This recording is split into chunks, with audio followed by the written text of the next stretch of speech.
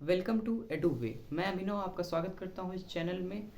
जैसे कि हमने पार्ट 1 में सीखा था आइडियल फ्लूइड और प्रेशर और उसके variation with respect to their height, vertically था और हॉरिजेंटली था। इस वीडियो में हम लोग सीखने वाले हैं विस्कोसिटी।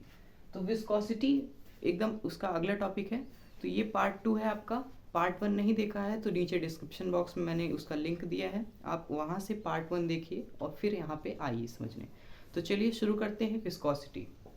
विस्कोसिटी क्या होता है? तो विस्कोसिटी जानने से पहले हम लोग सबसे पहले जानते हैं कि एक फ्लूइड कैसे बनता है। तो फ्लूइड जो है लेयर्स के फॉर्म में होता है। जी हाँ, फ्लूइड जो है एक लेयर्स के फॉर्म में होता है। सबसे पहले एक नीचे वाले लेयर्स बनाते हैं, फिर इससे ऊपर, फिर इससे ऊपर, फिर एक इससे ऊपर और एक और ऊपर ऐसे। तो ये हमारा एक फ्लूइड बन गया पूरा तरीके से, ठीक है। और इसमें हम लोग कई सारी लेयर्स के फॉर्म में देख सकते हैं। एक नीचे वाली है, फिर उसके ऊपर, फिर उसके ऊपर, फिर उसके ऊपर। और इन लेयर्स के बीच में जो है वेलोसिटी का जो है डिफरेंस होता है, यानी कि जो सबसे नीचे वाली होगी उसके पास सबसे कम वेलोसिटी होगी। यानी कि मैं इसको मान लेता हूँ v1 और यहाँ पे जो इस वाली लेयर की जो फिफ्थ, 1 2 3 4 5, जो फिफ्थ वाली लेयर की जो है वेलोसिटी है उसको मैंने मान लिया v प्लस डी वी। यानी कि जो v1 प्लस डी वी, यानी कि जो v1 था उसमें स्मॉल अमाउंट ऑफ चेंज भी आ गया। यानी कि यहाँ पे देख सकते हैं, मैंने इसी वजह से इसको आगे पीछे बनाया क्योंकि इनमें जो है वेलोसिटी का डिफरेंस है। तो ये वेलोसिटी का जब डिफरेंस होता है तो हम लोगों ने न्यूटन लॉज ऑफ मोशन वाला जो चैप्टर था उसमें जो हम लोगों ने फ्रिक्शनल फोर्स पढ़ा था, उसमें हम लोगों ने सीखा था जब कोई भी बॉडी आगे जाती है तो उसका जो मोशन होता है उसको अपोज करने के लिए एक बैकवर्ड ड्रैगिंग फोर्स लगती है जिसे हम लोग कहते हैं फ्रिक्शन।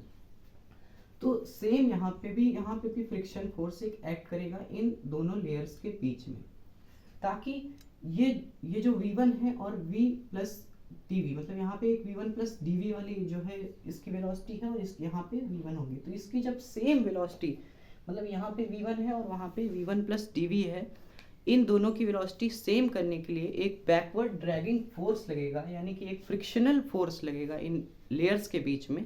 और वही फ्रिक्शनल फोर्स हम क्या कहलाएगा, हमारा विस्कस फोर्स कहलाएगा। विस्कस फोर्स कहलाएगा। समझ में आया? तो एक बार मैं फिर से रिपीट कर दे रहा हूँ। एक हमारी लेयर है सबसे नीचे वाली, उसका हम लोग ने वेलोसिटी रखा v1, इसके ऊपर वाली जो है v1 प्लस dv, मतलब यहाँ पे वेलोसिटी डिफरेंस आया। और वेलोसिटी डिफरेंस आएगा तो एक हम लोग के मोशन अपोज करने के लिए एक फोर्स बैकवर्ड डायरेक्शन में लगती है, जो हम लोग ने पढ़ा था, फ्रिक्शनल फोर्स कहते हैं उसे। तो यहाँ पे भी सेम, वहाँ पे फ्रिक्शनल फोर्स है और फ्रिक्शनल फोर्स यहाँ पे फ्लूइड में लग रही है, तो इसको हम लोग क्या कह देंगे, विस्कस फोर्स कह देंगे। और ये जितना भी फिनोमिना हुआ उसे हम लोग क्या कहते हैं, विस्कोसिटी। समझ में आ गया विस्कोसिटी क्या है? ठीक है। तो विस्कोसिटी हमारी जो है क्या है, लेयर्स के जो विस्कस फोर्स है, जो बैकवर्ड ड्रैगिंग फोर्स है, वही फिनोमिना हम लोग का क्या कहलाता है, हमारा विस्कोसिटी। ठीक है। और विस्कस फोर्स के बारे में, तो backward dragging force between the layers is called viscous force. यानी कि जो भी लेयर्स हैं फ्लूइड्स के बीच में, उनमें जो है जो बैकवर्ड ड्रैगिंग फोर्स है, यानी कि जो अपोज कर रहा है लेयर्स के मोशन को, वो हम लोग क्या कहते हैं, उसे विस्कस फोर्स। ठीक है। अब इसके बाद हम लोग एक क्वेश्चन करेंगे। क्वेश्चन ये है कि हनी, वाटर और ऑयल, इनमें सबसे ज़्यादा विस्कस कौन होगा? तो ये आप एक्सपेरिमेंटली भी कर सकते हैं।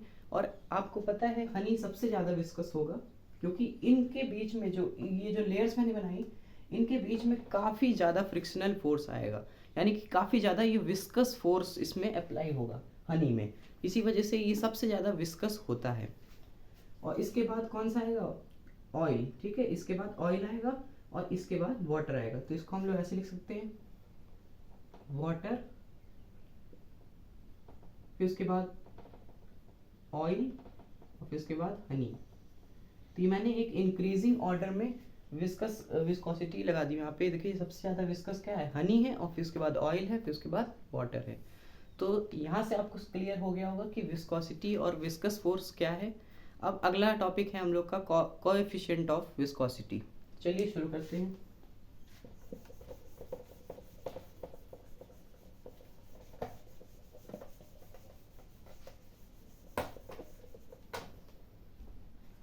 अगला टॉपिक है कोएफिशिएंट ऑफ विस्कोसिटी।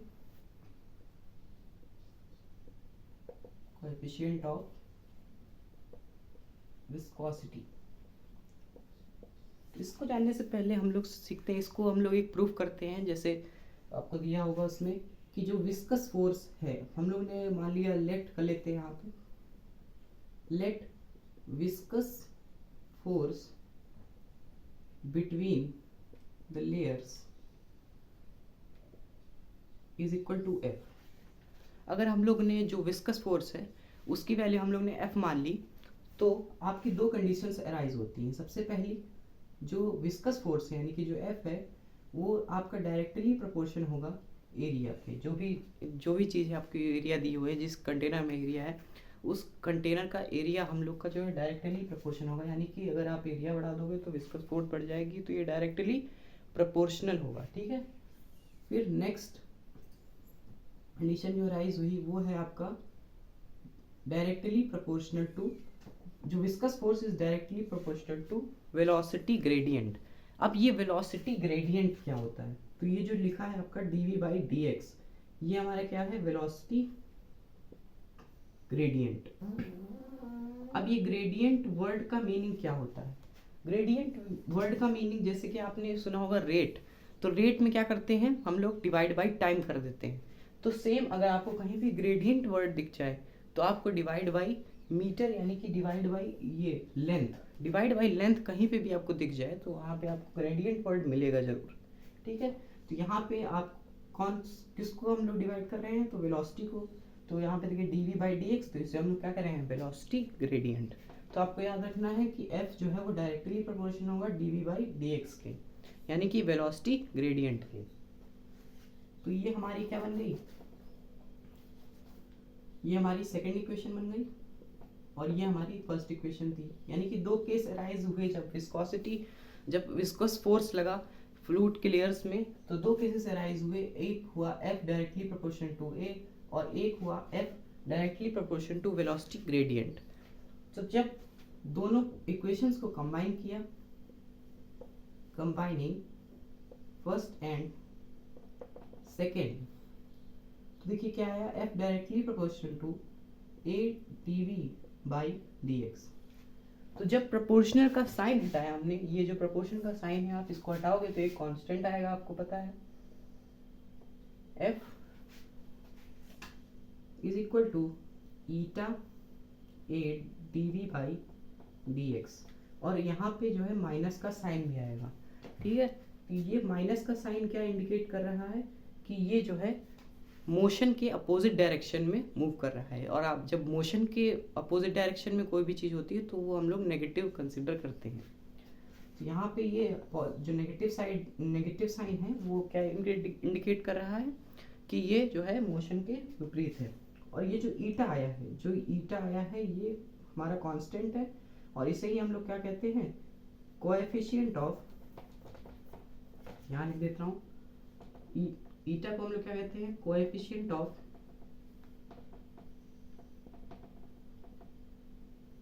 विस्कोसिटी।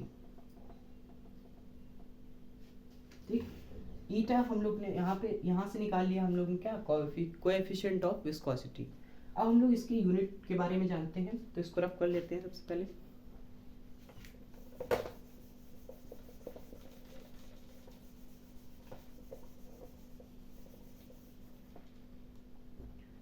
अब कोएफिशिएंट ऑफ विस्कोसिटी की हम लोग यूनिट जानते हैं। यूनिट ऑफ कोएफिशिएंट, या ईटा लिख सकते हैं यहाँ पे, unit of eta, coefficient of viscosity. तो ईटा हम लोग ने फॉर्मूला निकाला था F is equal to minus eta upon A into dv/dx। ये हम लोग ने फॉर्मूला अभी डिराइव किया है। अब यहाँ से हम लोग ईटा की जो है यूनिट निकालते हैं। तो ये जो dx है ये इधर मल्टीप्लाई हो जाएगा F dx, और नीचे आ जाएगा A dv, और यहाँ पे ईटा आ जाएगा। ईटा इज इक्वल टू, यहाँ पे फोर्स है तो यानी कि ये न्यूटन आएगा, dx है यानी कि ये मीटर में आएगा, एरिया है तो यानी कि यहाँ पे मीटर स्क्वायर में आएगा, और यहाँ पे ये डीवी है, डीवी की यूनिट क्या बनेगी, मीटर पर सेकेंड। तो मीटर पर सेकेंड इसको ऊपर ले जाओ और मीटर से मीटर कट जाएगा, यहाँ पे ईटा की जो यूनिट बन जाएगी वो क्या बन जाएगी, न्यूटन सेकेंड मीटर माइनस 2। इसी को हम लोग क्या देते हैं, डेकापाइस या पॉइजले, ठीक है। इसी का नाम जो है हम लोग का पॉइजले है, और या फिर इसको हम लोग कह सकते हैं डेका पॉइज। तो ये हमारी क्या बनेगी, ये हम लोग की एसआई यूनिट है। अब हम लोग इसकी सीजीएस यूनिट के बारे में जानते हैं, जो कि ये भी बहुत इंपॉर्टेंट है, और सीजीएस यूनिट ही आपको ज़्यादातर न्यूमेरिकल्स में दिखेगी। तो सीजीएस यूनिट के लिए यहाँ पे न्यूटन है, तो यहाँ पे हम लोग क्या बन जाएगा, डाइन, और यहाँ पे सेकंड का सेकंड रहेगा, और यहाँ पे जो मीटर है वो सेंटीमीटर में बदल जाएगा, सेंटीमीटर माइनस 2 हो जाएगा। तो ये हम लोग की यूनिट क्या आ गई, सीजीएस यूनिट आ गई। और इसको हम लोग और करके लिख दें तो ये आएगा हम लोग का पॉइज। तो इसकी जो सीजीएस यूनिट होती है वो पॉइज होती है, और जो हम लोग की एसआई यूनिट होती है वो पॉइजले होती है, ठीक है। अब मैं आपको बता रहा हूँ पॉइजले और पॉइज में रिलेशन, तो ये भी आपको लिख लेना है। 1 पॉइजले is equal to 10 poise.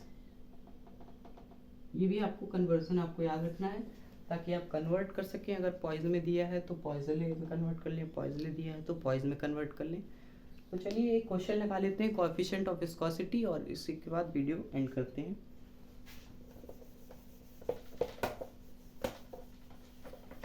Simple सा फॉर्मूला बेस्ड क्वेश्चन है, एकदम आसान सा।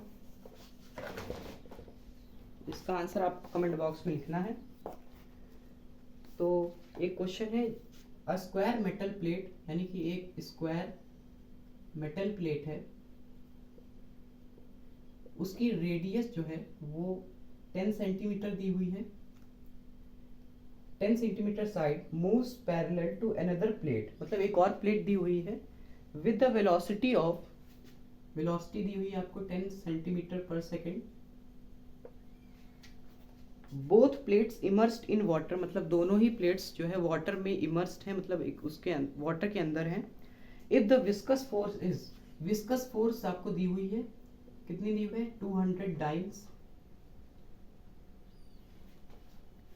And viscosity of water is 0.01 poised, यानी कि जो आपको ईटा की वैल्यू दी हुई है, ईटा वाटर, मतलब जो विस्कोसिटी ऑफ वाटर है वो आपको दी हुई है 0.01 पॉइस। तो आपको कैलकुलेट करना है what is the distance between the plates, ठीक है। तो आपको dx कैलकुलेट करना है। सिंपल सा फॉर्मूला बेस्ड क्वेश्चन है। कौन सा फॉर्मूला लगेगा तो मैं आपको बता दे रहा हूँ, वही वाला जो हमने डिराइव किया था, F is equal to minus dv by dx और इंटू पे a। तो आप एरिया निकाल लोगे यहाँ से, रेडियस, ये स्क्वायर प्लेट है तो यानी कि r स्क्वायर, एरिया क्या बन जाएगा यहाँ पे r स्क्वायर, ठीक है। तो यहाँ पे आ जाएगा एरिया, यहाँ पे आप dv की वैल्यू 10 रख दो, यहाँ पे dx वैल्यू नहीं पता तो आपको यहाँ रखना कोई मतलब नहीं, यहाँ पे 0.1 रख दो, 0.01 रख दो, और यहाँ पे 200 लिखो, और आंसर कमेंट बॉक्स में आपको लिखना है, ठीक है। तो ये था पार्ट 2 विस्कोसिटी और कोएफिशिएंट ऑफ विस्कोसिटी। एक क्वेश्चन भी आपको दिया है होमवर्क क्वेश्चन के तौर पे, और इसका आंसर आपको नीचे कमेंट बॉक्स में लिखना है। अगला वीडियो जल्दी आएगा। धन्यवाद।